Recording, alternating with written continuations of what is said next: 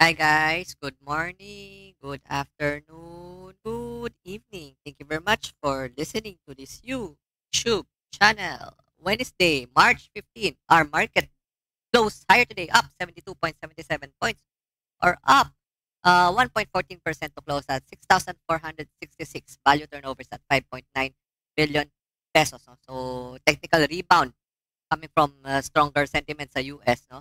And also investors digested the inflation numbers sa US, no? Which is in line with their expectation and at least easing from the previous month. No? So anyway, for us naman, no, BSP is looking to raise interest rates again next week by 25 basis points. Tapos, let's observe how the market will react or at least inflation will react. Anyway, welcome to another lecture. So, as you know, yun nga, no, clarifications also sa BSP na wala tayong exposure sa Silicon Valley Bank. No? So, at least that's a good news. But anyway, JGS, BDO, Meralco, Abortis Power, and SMC close higher today. So, in a clarification disclosure, no, nakalagay dito, Manny Pangilinan will still be the chairman, at least in the next uh, foreseeable future. Of course, people ask rin, no, uh, why is SEC doing this, yung mga clarifications? No? Because that's their job. No? Yun yung problem with us. If they're not doing their job, reklamo. If they're doing their job, reklamo. Panereklamo na lang. Kayo na lang kaya mag-SEC. Diba? That's their job. No? As a listed company, lalo na part of the index, uh, MPI is under the scrutiny, no, of foreign investors. Remember yung issue with PLDT rin, no? Pag di sila nag-clarification or news, dinedemanda nga sila. Anyway, speaking of PLDT, it's also the dividend season. So I don't know if they will be declaring or not, but they should be, no? Anytime. So the PR team of Manny Pangilinan should, I think they deserve a raise or at least a vacation, no? Coming from that PLDT fiasco to the issues in Metro Pacific right now. Uh, Talagang busy-busy sila. All these clarifications, all these news. Anyway, like we correctly anticipated, breakdown ng 4 pesos. It's a clear head and shoulders. No? It's definitely a sell on rally. I completely sold my positions na. No? So, anyway, bought that mga 350, 355 and we have our reasons why we bought that. No? So, it's a well-documented trade. Even yung pagbenta natin ng 460, sabi ko, I'll start selling na. Yung buyback ko ng 420, tama yun. Unfortunately, the price doesn't look right. The price action doesn't look right, I mean. So, yun. So, labas na tayo. I'll be shifting to another stock who will just, I'll just wait for the dividends. So, yun. Even GSMI, I think a broker sent a detailed report, no? So, intoxicated Filipinos, no? Exceeds pre-pandemic, no? So, GSMI. Remember, we bought the GSMI noong February, 120 or less pa yata, 110, 115. Na 150, I'm sitting on my paper gains with GSMI. Lakas pa ng momentum. So, I don't know if when to sell. No? Anong target? Wala rin. Yun. AC, no? Will be earmarking around 264 billion for capex this year, 2023, which is, I think AC ended higher.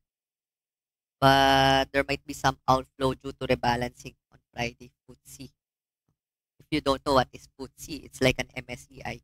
They're an index provider in which fund managers are tracking the performance of this uh, index provider. So when a stock is added to the Psei index or MSCI, wala silang choice but to add their positions. Pag tinanggal sila sa index, ganun rin. No? Depends on your risk appetite rin kung saan ka papasok.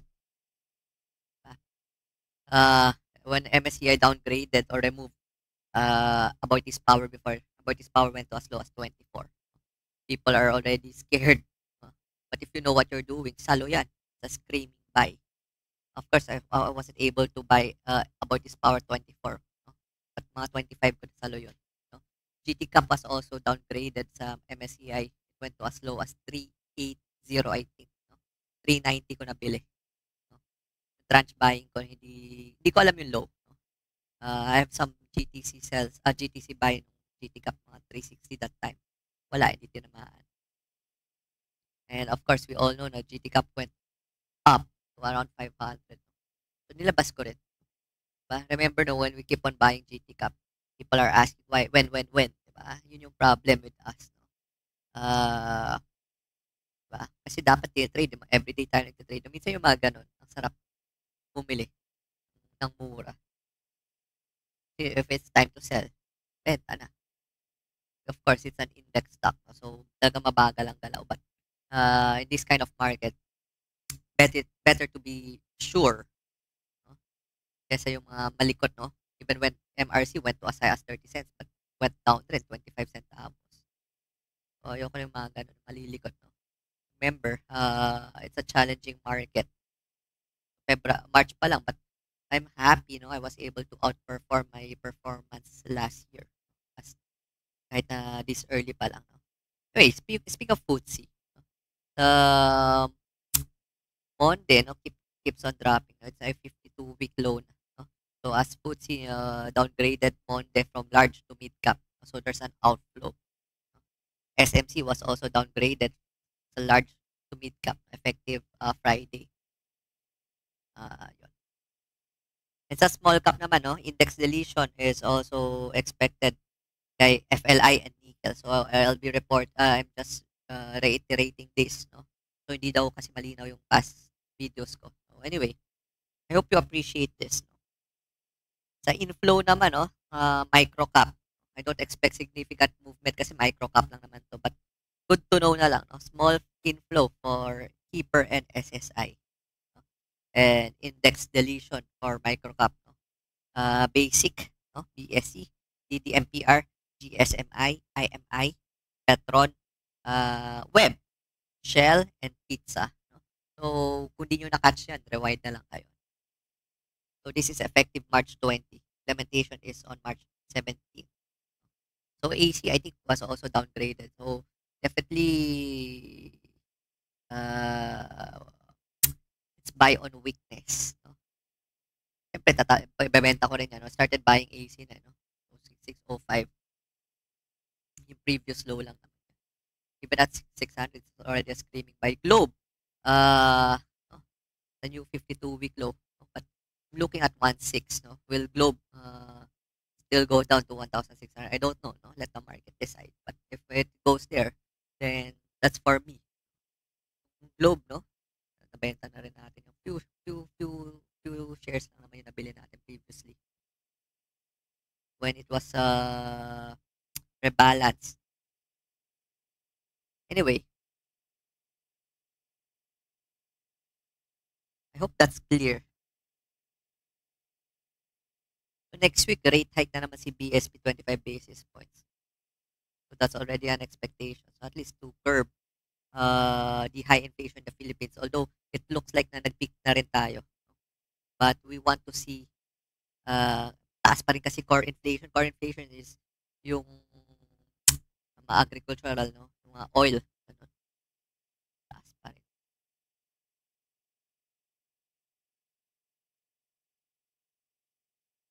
What else? No? Alter, no, will be spending I think several billion for capex, capital expenditure. Let me know if you will be subscribing to Alter. No? I just want to know rin kung anong mga balak ng tao. Given a market situation like this, I prefer companies who has a very strong cash flow. Taas ng interest rates eh. And only cash-rich companies benefit this kind of market. Even property names, Mega World, RLC, talagang sinusuka pa. It's a clear downtrend. I don't want to catch yung mga ganyang stocks. No? Alter, no, is planning to invest around 20 billion over the next 5 years to fund the renewable projects, no, with varied technologies. No?